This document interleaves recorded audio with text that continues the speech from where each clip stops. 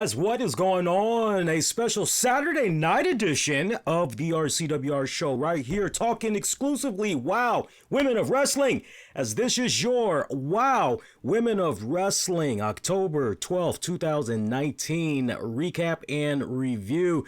Hope you guys' weekend is going fantastic so far, man. And remember, Wow, Women of Wrestling comes on multiple times on Access TV Saturday nights, part of the Saturday Slam. If you miss it at 8 p.m. Eastern initially, it comes on just about an hour after an all-new New Japan Pro Wrestling. Unless there's some type of a 2-hour special New Japan is doing, then it pretty much will repeat every other hour, basically. You can usually catch it, like, including the initial premiere. Grand total, at least 3. Sometimes it can be 4 times, right? And I was playing around with some new software tonight, trying to see if there might be a way we can implement showing WoW in our Discord server for our listeners. That way we can all watch it at the same time and also be chatting at the same time. Got a cool app, but I tell you what, I was experiencing a couple of 404 issues, and so keep y'all posted. I'll make another announcement with regards to that in the coming days. But yeah, man, this is your WoW recap. Let me just do one thing before we get ready to do this. I want to just adjust my volume a little bit, because I had noticed with the last stream that we did, the volume had seemed just a tad bit low, which was weird because my recording software, I was actually okay. So let me actually just crank this up just a little bit. And it doesn't look like I'm peaking. I know if I put it all the way up there, I'm peaking. So actually, let me just put it at about, that looks like it's okay. Let me a little further down that way, and I can edit all this out later. Don't worry, guys.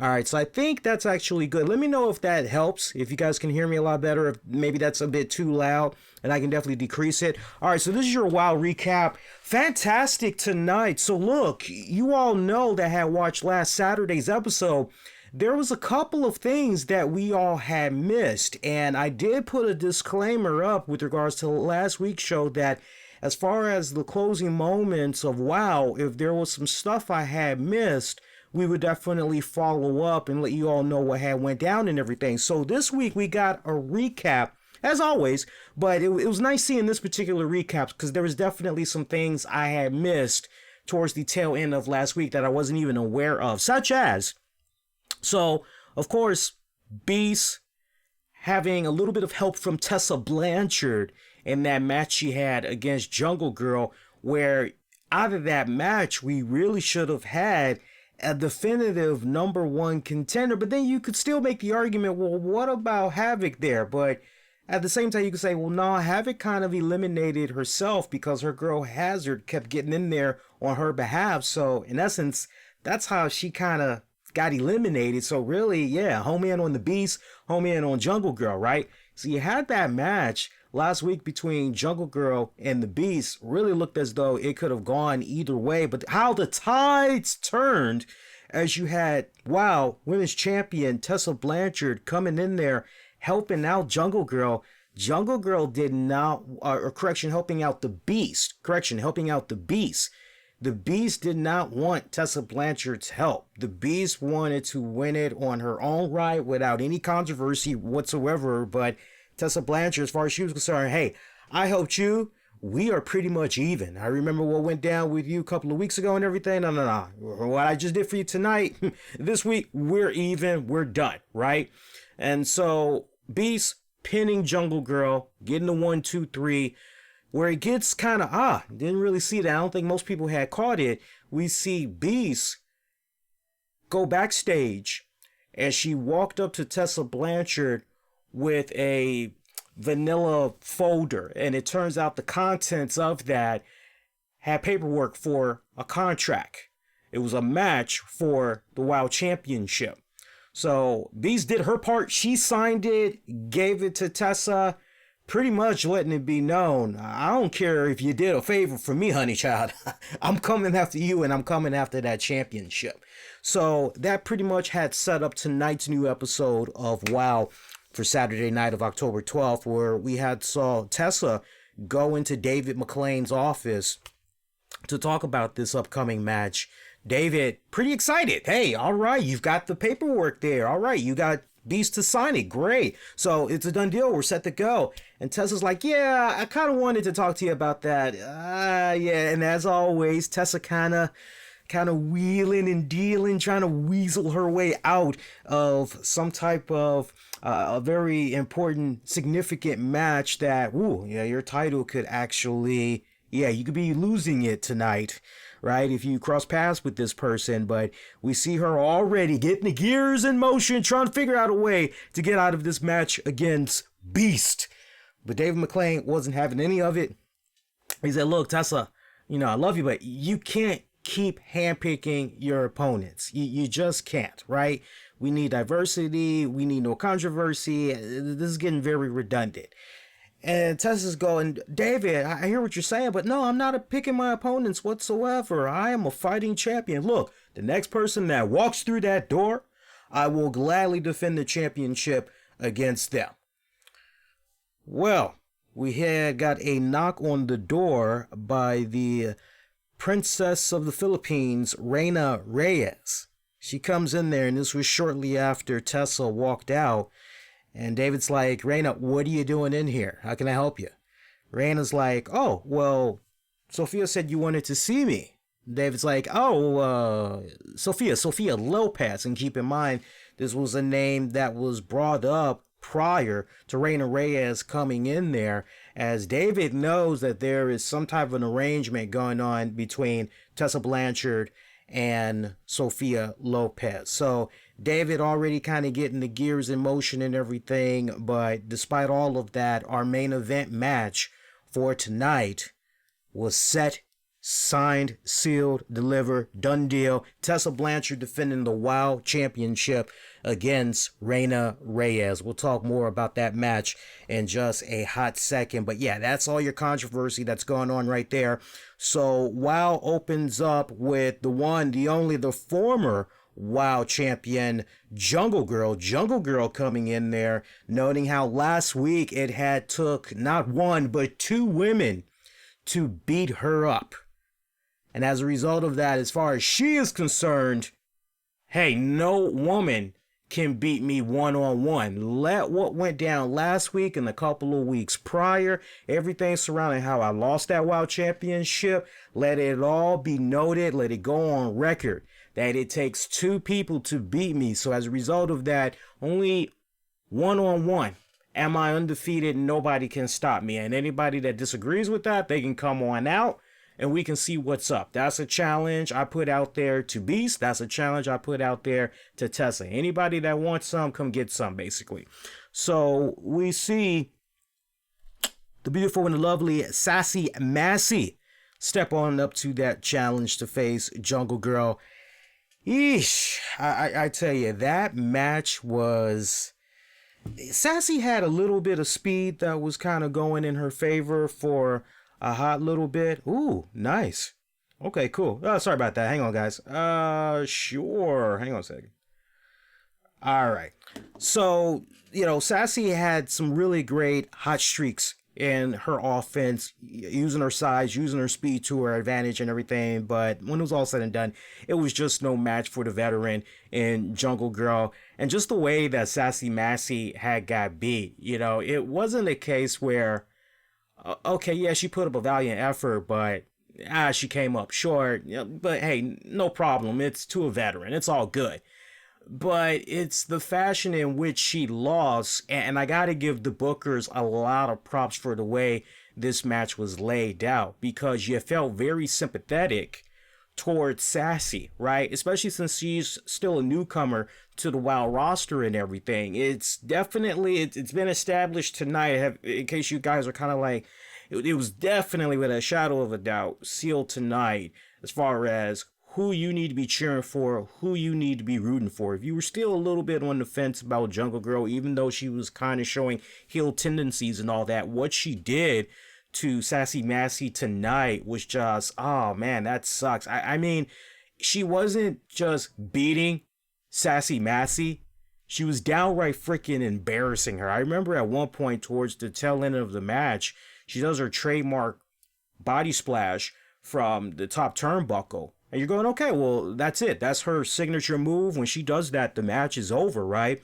But rather than go for the cover, she decides, nah, I'm not done with her just yet. So she's just taunting the crowd, asking them how they like that, all that. And she actually goes back up to the top turnbuckle, does another splash. You're going, okay, surely it's over now. But it wasn't. Again, she goes up to the top turnbuckle, does another splash. You're thinking for sure, okay, well, this is definitely over now. No, she still wasn't done. She still was trying to continue to egg on Sassy, right? And at this point, it's just, okay, now you're just downright embarrassing your opponent. But despite all of that, you haven't done anything illegal to your opponent in such fashion where the ref, I got to throw this match out because, right? But you could make the argument, well, look, the ref could now intervene because it's obvious that Sassy Massey has no type of offense whatsoever. She's not really able to defend herself, right? She's not putting up any type of a defense. So, yeah, this definitely, this match is over, right? You could technically say Jungle Girl wins via TKO in a sense, right? But Jungle Girl is continuing to try to egg on Sassy, and Sassy's tag partner Chantilly comes out, another girl new to the roster and everything. She comes out imploring Jungle Girl, please, no more. You see she's helpless, you see she's defenseless, she can't do anything, just let her be, please. Jungle Girl not having any of that, pretty much doing a quick strike to Chantilly, picking her up, connecting with the Jungle Driver. At this point, she's setting both women up in the middle of the ring, trying to go up to the top rope again, looking for a body splash to do on both opponents. But then you have the officials come out, they stop it all. Match is pretty much thrown out. It was said no contest. So a peed off Jungle Girl, feeling as though she has a lot to prove to all the women. I think that was pretty much an all points bulletin, a bold notice to all the women on the Wild roster, right? You want some, this is what's in your immediate future, basically. Continuing on, we saw the Dixie Darlings. We had been hearing a bit about them during the off summer. And God, I like when we get new women added on to the Wild roster. And it's fun actually going back and, okay, so who were these girls before they came into Wild? Like, what was some of the other in-ring personas that they had going on and all that? And so it's nice when I can put myself in a position where I can go online, I can watch some previous matches, I can see what they were doing in previous promotions and all of that other stuff. But here's a case right here, and I'll have to defer to you guys, our veteran wrestling community members, especially you guys that follow a lot more of your independent wrestlings and all that. I couldn't find anything with regards to the Dixie Darlings. All we know is they're twins.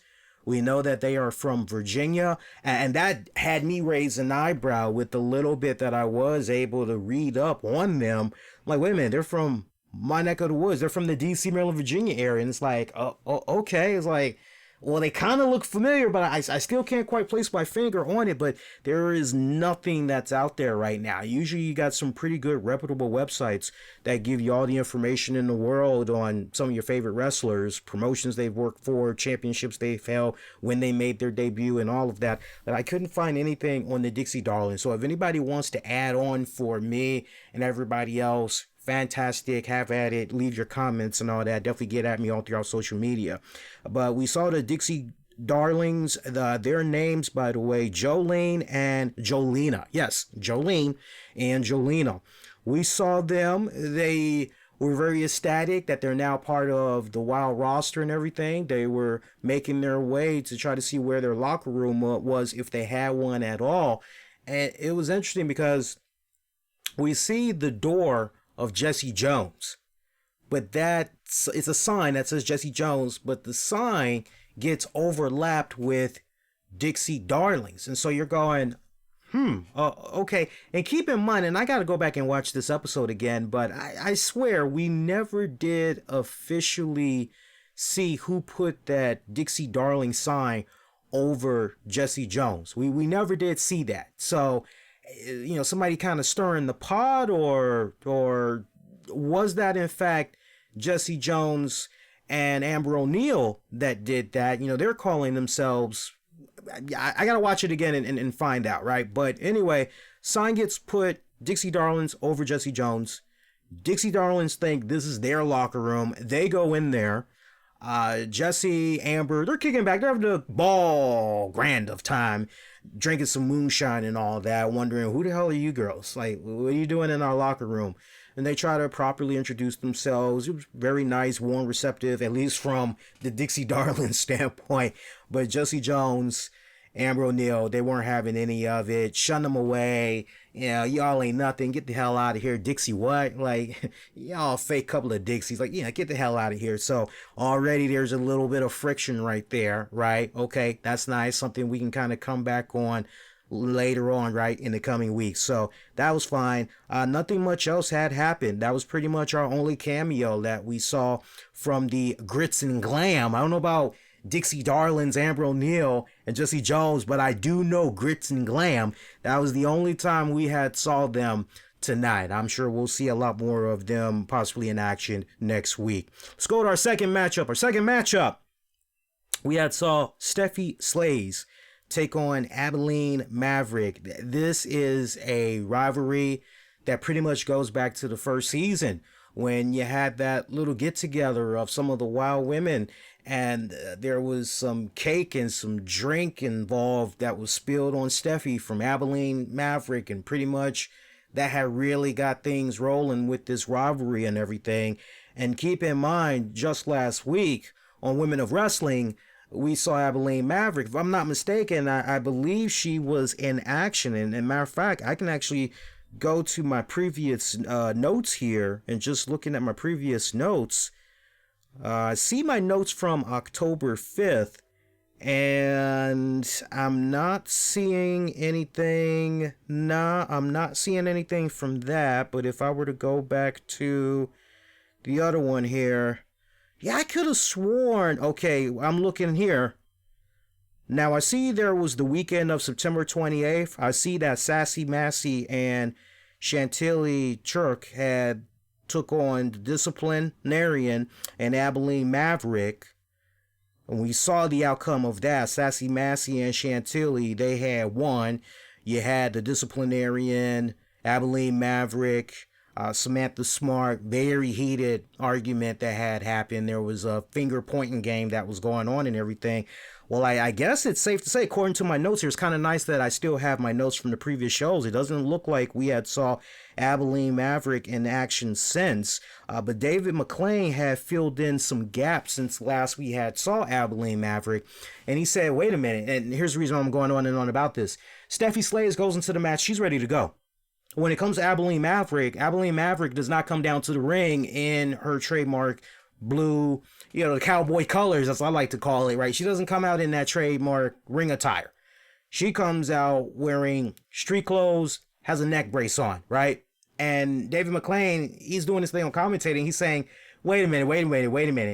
This is a load of, what? No, I spoke with her on FaceTime just a few days ago, like last week. And she did not have a neck brace on. She did not complain about her neck whatsoever. Everything was good. So this is a girl that keeps crying wolf. How many times is she going to keep crying wolf? One of these days, she's really going to be injured, and nobody is going to believe her when it counts the most. Like, I see exactly what she's doing. But David didn't intervene. He just decided to see how this was going to play out. So Abilene Maverick basically telling Steffi, hey, I injured my neck. I can't face you. However, I did find some nice people that I spoke with, said they could step on in. I found a really good substitute, somebody you already have some history with. So basically, it was the Disciplinarian taking on Steffi Slays, and this was pretty much a handicap match, man. I mean, basically, with Disciplinarian, you already got to keep your attention on her. But then that ringside, you got Samantha Smart. Every single opportunity she has, trying to do interference, distracting the ref and all that. It was just ultimately no match for Steffi Slays. Disciplinarian coming out with a win by crook. Yeah, literally by crook. Just insult to injury, man. Mad insult to injury. And this was really weird because the way this was booked and everything, and I hope that the gaps are plugged on the next episode, because I thought it was interesting that when you look at, if not last week, then the week before, you had that one match where I want to say it was Chantilly. She went into a one-on-one match and she was like, oh, okay, I see how you guys are going to play it. Okay. All right, so it's a handicap match. Okay, well, since it's a handicap match, matter of fact, I'm looking at the match that she had. It was last week. Chantilly had a match against, who was it? Against Voodoo Doll. And when she saw, Chantilly that is, when Chantilly saw that aside from, okay, I got to be worried about Voodoo, Siren was at ringside, she already knew what time it was. And she actually went back and had grabbed Sassy Massey, right? So kind of going into this matchup, right? Like once Steffi Slay sees what's going on, how come she didn't go find her tag partner? God, well, what's the name of her tag partner? I want to say it was Keita Rush. I want to say that was the name. Going back to my notes once again here. I want to say it was Keita Rush, but don't quote me on that. What were they called? The Bully Busters, basically. I think I have the right name. If I kind of butchered it a little bit, I do apologize in advance. So my mind was already basically to make the point, where was her tag partner? Where was her tag partner to kind of have her back at ringside while this was going on? Because obviously it was a numbers game and all that. So remember what I had said some weeks back as far as when you had saw that the Bully Busters were eliminated, how Rush kind of looked at her kind of disappointed and kind of like, I think this might have been a bad idea teaming up with you. Yeah, so that's kind of, where was her tag partner? So I might, low might be on to something when I say there might be a turn coming, but it's going to be Rush that's going to turn on Steffi Slays. We'll see what happens. I love Steffi Slays, by the way. She is so warm and just so bubbly. I gravitate towards personalities like that. I do, especially when they come off very warm, very approachable. You can pretty much talk to them about anything. I like cats like that. I really do. That's how she comes off. So, and I've seen just a couple of interviews that she's done, even heard a couple of interviews, and what I see and what I'm hearing, it's definitely matching up. Again, disciplinarian defeating Steffi Slays there. Next matchup, Monsters of Madness, Havoc and Hazard. Squash match they had. This was the continuation of the tag team tournament. They had a squash match against the debuting Dixie Darlings, Jolena and Jolene. I mean, it felt like this was maybe, if you were lucky, a 4-minute match. Really nothing you could really sink your teeth into. However, you're a fan of Havoc and Hazard. Hey, you got your fix for tonight and everything, right? So, yeah, this, and by the way, shout out to Havoc. Havoc has been doing a phenomenal job letting fans know what's been going on with her during her weight journey. I don't know how many of you guys have been taking note of that, but there were some really cool pictures, and I definitely would encourage many of you to go out of your way and actually look up some of her pictures. I'm actually looking at them right now here, and yeah, it's amazing the journey that she's been on. Just going from September 12th pretty much all the way up to now. She shared this all throughout social media, but it originated from Instagram, and I can actually read to you what she had said. But anybody that has Instagram, you really got to go out of your way and look at the pictures, because sadly, when you look at what was filmed, that's from a couple of months ago, and it's not quite matching up to where Jessica Havoc is now build wise. But she had said, over the last month, I've cleaned a few things up. I stopped drinking alcohol, and I made the proper lifestyle changes to be more healthy. I do this for me, not for anyone else, not for wrestling. I've lost exactly 36 pounds so far, and I feel great. No more alcohol poisoning my blood and my brain. No more haziness in the mornings when I wake up. My knees feel better. As you all know, she's been having some serious knee problems for a couple of years now. Needs feel better. I want to be more active. I still struggle with depression, but overall, I'm happier. I'm not where I want to be just yet, but I will get there. Nothing worth, nothing worthwhile is ever easy. So, congrats to her. And like I said, go out of your way, check out the pictures. It's amazing, just spectacularly amazing, the transformation that she's been able to do for herself. And Havoc, more power to you. Continue on, and nothing but the very best. And I mean, look, us big people, we all got to stick together. We got big bad keyboard warriors that like to troll and make fun of people and everything like that, but when it counts the most and it's time for them to step up to the plate, show their face and everything, they just know how to hide behind avatars. They just know how to hide behind blank profile pics and all that other stuff. And that's what makes shows like mine and people like Havoc so cool, basically, which is, it's a golden rule that I always say. If you're going to say something on social media, let it be a case where what you say on social media would be no different than if the person was actually right there in front of you. And sadly, we're in this day and age where, despite how awesome our social media technology is and all that, we just have a lot of people that really look at it as an avenue to really vent, be a big bad keyboard warrior and all that other stuff. And look, us big people, we gotta stick together. I mean, it's not, some people, they have no idea the trials and tribulations that we go through. Ever since I was diagnosed with my diabetes now 2 years ago, it's been a trial and error journey for me. It's been all about, okay, what can I eat? What can I not eat? What exactly do I need to stay away from? It's been a really, but I've been noticing the stuff that I have been able to cut back on. I've noticed kind of like what she's been noticing with certain things she's been eliminating. Hey, I actually feel like I have more energy. I don't feel as sluggish and all this other stuff. And, we got some people that are going to continue to hate us. And when it's all said and done, it's a jealousy thing. It's a bitterness thing. And those instances, you just have to learn how to be the bigger person, the better person, and always take the high road when people want to go the low road, And like I said to you guys, I think it was a couple of weeks ago. It's like, or no, I think it might have been earlier this week. It's like, knock on wood, like the trial and error, at my worst, I weighed 275. And now I'm down to 234.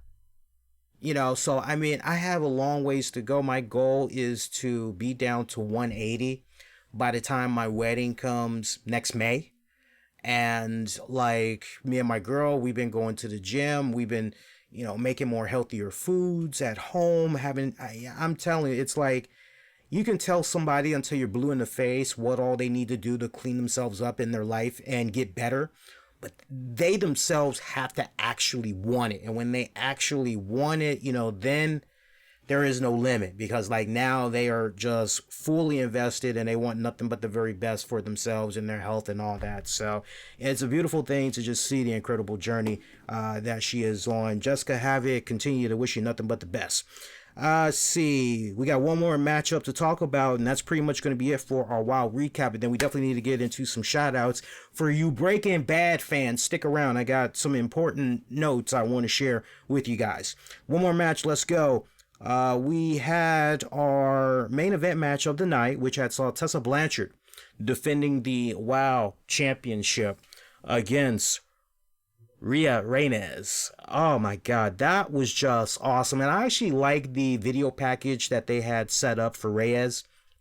They explained a little bit more about why she had went as Princess Azteca and all that, why she was wearing the mask and everything. And you want to talk about such a believable story arc. You want to talk about, shit, how many Filipino, Asian, Japanese friends have I had over the years, and their parents, just their whole upbringings, very strict, very cultural and everything. And it really hit close to home for me because of some of the friends I have from those racial backgrounds. I'm sure for many of you as well that have watched it, And she talked about how she always felt basically since she was a kid, she was different. She wasn't like most people. And when she first fell in love with wrestling, when she saw it and she instantly fell in love with it, she knew she wanted to be involved in the business. She knew she wanted to be a wrestler and everything. But she had a really hard time trying to even reveal that to her parents, and because of her heritage, because of her background, because her people, typically they go for being lawyers, they go for being doctors, being their own entrepreneur, right? Being their own businessman or woman and all that. And so telling her parents, hey, I decided I wanted to go into pro wrestling. I'm going to be a wrestler, right?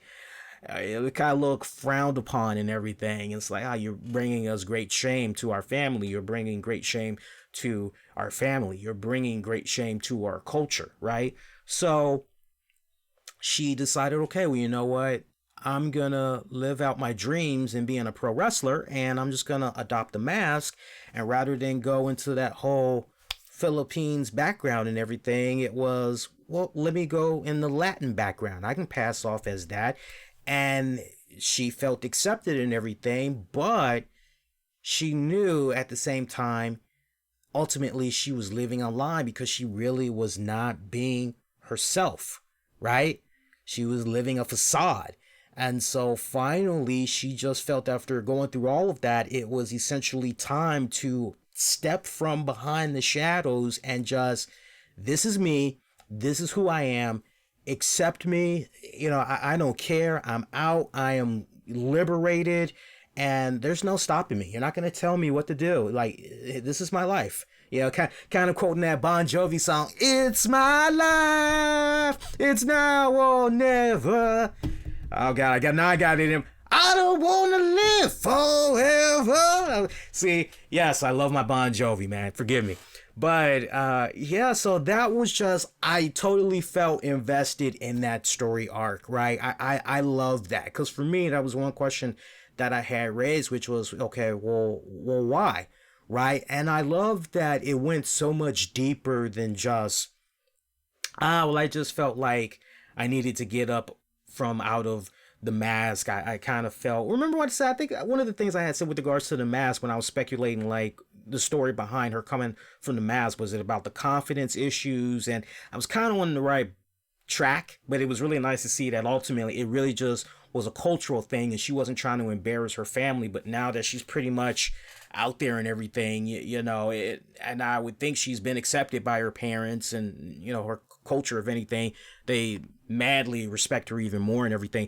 This main event match against Tessa Blanchard, can I say, of one match I would encourage you guys to go out of your way and check out for this week's Wow Women of Wrestling, this is the match. My God, this felt like a pay-per-view quality type of a matchup, and I only wish it had just a couple or more minutes that was added to it, because it was actually that good. It was very intense. It was very fast-paced, very technical as well. Anybody that watches Tessa Blanchard, sorry about that noise there, anybody that watches Tessa Blanchard from Impact Wrestling, and you see what she's been doing with some of the independent promotions she's been helping out and everything, I mean, this match was basically living up to the quality of those great matches that she has a lot of times. Like, it doesn't matter, like, whether it's in front of 75 people or whatever, like she's going out there busting her ass every single time.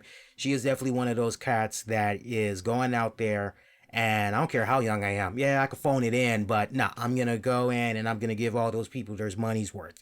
And that's exactly what she had did on this edition of WoW against Raina Reyes. I loved it. There was a couple of moves that I was really concerned with. Reyes, at one point, she had did this. And y'all that know that WWE product well, y'all know that, you all know that it's hard for me because I got some new aligners in, so you guys got to bear with me here. I'm still breaking them in. You know how over in WWE, Charlotte likes to do that spinning corkscrew, dive or whatever from the top rope, and every time she does it, it just looks as though she's gonna hurt herself very badly. And there's a lot of us, go back, you'll know exactly what we're talking about, but there's a lot of us that cringe every time she does it because it looks so dangerous, right? the opponents that she's doing it to outside of the ring, we know they're going to be okay because their job is ultimately catch her, break her fall, and everything. But when she is doing it, we just cringe because it seems as though she's going to injure herself tremendously. But seeing Reyes do that move, it was so pretty. Oh my God, it was so pretty. It was like just a knife to butter, just, oh my God, so smooth. I love how she had did that. And then later on, she had did a Spanish fly. Certain people that do certain moves, I just love. And for her, that Spanish fly and that spinning corkscrew, for the female wrestlers, she's got the prettiest that I've seen thus far. She's got the prettiest. Good matchup there. Tessa Blanchard retaining her WoW championship. Interesting. Jungle Girl. Remember, she had a hot streak there at the beginning of the show. Well, Jungle Girl pretty much had closed things out. She did not let Tessa Blanchard celebrate the win that long, as she was right behind Tessa Blanchard, attacked her from behind and everything. Nice, good, strong beatdown, laid her out, took that Wild Women's Championship, laid it over her chest, patted her, and basically said, I got your number. I'll be seeing you and that title real soon. The show should have went off like that. There was, for me, to each its own, but for me, from a post-production standpoint, I didn't like that they had spliced in Jungle Girl and Beast. I could have actually done without that. And let me explain the reason why. So the last burning image, as far as, hey, this is how you should have went off the air, it should have been what Jungle Girl did to Tessa, right? Hey, what's the ramifications going to be of this? How is the champ going to respond to this on next week's WoW? We'll find out. That could have been your hard ending right there. But instead, like immediately from that, where Jungle Girl is still in the ring, we go to a backstage segment where all the girls were apparently backstage and they were watching that main event match as Beast was. Jungle Girl comes in there and they have a heated exchange. Jungle Girl basically says, hey, you saw what I did out there? You don't deserve a shot for that championship. That shot should be mine. You got a problem with it, step up. And the two of them basically had a brawl and everything. And I don't think it should have ended like that. I think the way it should have ended was like I just said a few seconds ago. But if anything, use that footage to kick off next week's WoW and then basically show the ramifications of that. You could have basically had Tessa Blanchard come out, had the Beast come out, right? Have Jungle Girl come out. David McClain tries to rectify things that way. You could have did it, maybe like that. But I might be nitpicking a little bit. I might be, but I mean, it's not something I'm going to be losing sleep over. But I just wish they kind of would have hooked that up just a little bit more. But all in all, another fantastic episode of WoW Women of Wrestling this week. Gets a strong thumbs up for me. I mean, I've yet to honestly come across an episode where I just felt, it was so. So check it out. If you guys didn't get a chance to watch it yet, it's going to be, at the time we're recording this right now for Saturday night of October 12th, 2019, it is going to be repeating at least 2, possibly 3 more times. And then that's it. Of course, you can always try to see if you can check out some highlights on their website and everything. For those of you that had joined us last week, y'all see, sadly, I do not have my WoW t-shirt yet that I had ordered from their Pro Wrestling Tees store. I don't have it yet. I got an email a couple of days ago saying it was mailed out. Last I saw, it was still in Illinois. So I'm hoping before I go on my PA trip next weekend that it'll actually be here, so I'll be able to enjoy it and everything. And which reminds me, I will be doing a on location edition of the WoW Women of Wrestling recap show for you guys. I'll be in PA while a new WoW comes at us next weekend, but we will do a recap for you all. Hopefully I'll be rocking my new WoW shirt at that time. Now, hey, I got some Patreon shout outs and some sponsor shout outs I want to get into. And before we get ready to wrap it up, I got a Breaking Bad programming note for you guys. It's something that we're going to be doing immediately live after the conclusion of this, so just hang real tight. But I want to give a nod to some of our our sponsors here. Without them teaming up with us, our Patreon members as well, content like what you're checking out right now would not be made possible. They pretty much are the heartbeat, on top of our fan base. They are the heartbeat of us continuing to keep the content rolling and everything, doing our best to keep a good majority of the content free. Check out Leafy Legal Services. If you are a real estate investor or a entrepreneur, Leafy Legal Services can help you out tremendously. They help protect your assets and strategically help grow your business and wealth. Check them out, man. Check them out. LeafyAssets.com. Once again, LeafyAssets.com. Check them out that way. LeafyAssets.com. Check them out.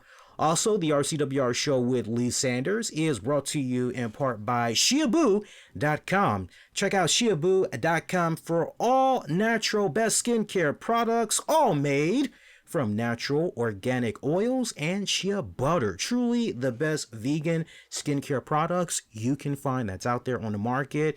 SHEABoo.com. Check them out. We definitely appreciate them. Also, shout out to the good kind folks over at President Evil, the folks behind the movie President Evil. I wonder if they have been playing a lot of Resident Evil, and that's one of the ways they came up with the name for that movie. Look, if you guys like Real Time with Bill Maher, Late Night with Stephen Colbert, The Daily Show, Last Week with John Oliver, if all of that is up your realm, Saturday Night Live, you like the politics mixed in with the comedy and all that, check out this movie, President Evil. Just days before the November midterm elections, 3 young kids who are Muslim, Mexican, Haitian are all stalked by a deranged killer dressed as the President of the United States. Check out the trailer, buy the movie on Amazon.com. And if you miss all of that information, have no fear, I'll have some links included for you guys post-production. Also, shout out to our Patreon members, patreon.com/RCWR Show. Represent the nation. A little as $5 a month. You get access bonus audio, video content, great majority of which you won't be able to find anywhere else. Great exclusive shows. Patreon members, me and Tammy are going to be sitting down tomorrow doing a new Wrestling with the Topics. I know we got that football game from England coming on at 9:30 a.m. Eastern. It's going to be tricky. I'll have to figure out how we're going to be able to do that, but there will be a new Patreon joint for you guys. Also, Patreon shoutouts. Let's go. John Krauser, shout out to you, buddy. Hope you're doing okay. And by the way, shit, I almost forgot. I think my man John Krauser, and shout out to Wow Women of Wrestling. I'm glad we're actually still on the air. Both cats are actually out there in Los Angeles this week, and I think it is the Los Angeles Comic-Con, if I'm not mistaken. My God, it seems like year in, year out, it gets even more and more ridiculous, the amount of people that are showing up to these things. And I was actually seeing some of the photos that WoW had posted today, and oh my God, it is freaking ridiculous. Freaking ridiculous. I don't see how anybody can go to that, because like, look, I thought AwesomeCon was something, and I've been covering AwesomeCon the past couple of years, and there's a decent amount of people, but I mean, this just looks like it's the end of the world, and it just looks freaking insane. But yeah, the LA Comic-Con this weekend. Shout out to John Krauser and Women of Wrestling. They are all going to be out there all weekend long and everything, tearing it up. So good stuff. Also, Patreon shout out to Sean Kenter. Sean Kenter, shout out to you, buddy. Shout out to Freddie R. Freddie! Michael Wolf, John Davis, Anthony Missionary Thomas, Wrestling Soup, Joe Raymond Jr., Justin Repstock. Shout out to Tony Bean Gaming. You want the very latest in Marvel Strike Force, Marvel Ultimate Alliance 3, or the upcoming MLBA game Marvel Super Wars? Check out Tony Bean Gaming. He's got a great YouTube channel, and he's got a Patreon paywall as well. Appreciate all of our sponsors and our Patreon members. Now, let's get to that Breaking Bad news. All right, so yours truly went on ahead, got a free trial of Netflix because I was most curious. Yeah, I did go on a Netflix strike, but this Breaking Bad El Camino movie, many of you longtime listeners know, big fan of the Breaking Bad series, as I am a current big fan of the Better Call Saul series. Been watching that since episode 1, and it ruffles some people's feathers the wrong way when I say I love that series, Better Call Saul, more than Breaking Bad. It's just a preference, just I respect mine, I'll respect yours, but that's just where I'm coming from. So very ecstatic. This was something that I have been following ever since it was first revealed that, hey, turns out this is some type of a Breaking Bad movie.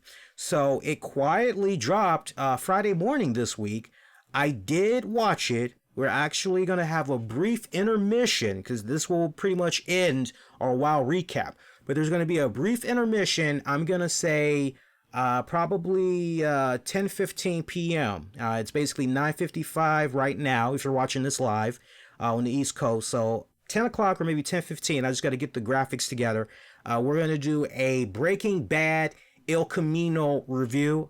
It's a special 30 with Lee edition. I'll give you guys my candid thoughts about this Breaking Bad movie. If you have not seen it yet, you've been thinking about maybe getting a Netflix trial to maybe check it out. Or maybe, I think I might wait until maybe it comes out on AMC, because AMC is supposed to be getting it in a few weeks. If you're on the fence, or maybe you just aren't really sure if you should see this at all, and the last burning image you want to have in your head is the Breaking Bad series finale, but you're curious about this El Camino movie, I'm going to have the skinny for you guys with regards to that. All right. So that is going to do it for your WoW Women of Wrestling October 12th, 2019 recap and review. Get at me on Twitter, Facebook, Instagram. Use keywords, the RCWR Show. Once again, for you Breaking Bad fans, you want to see that review of Breaking Bad El Camino, we'll have that up and running. If not at 10 o'clock for October 12th, 2019, Saturday night, at 10 p.m. Eastern, it will definitely be live at 10:15 p.m. Eastern.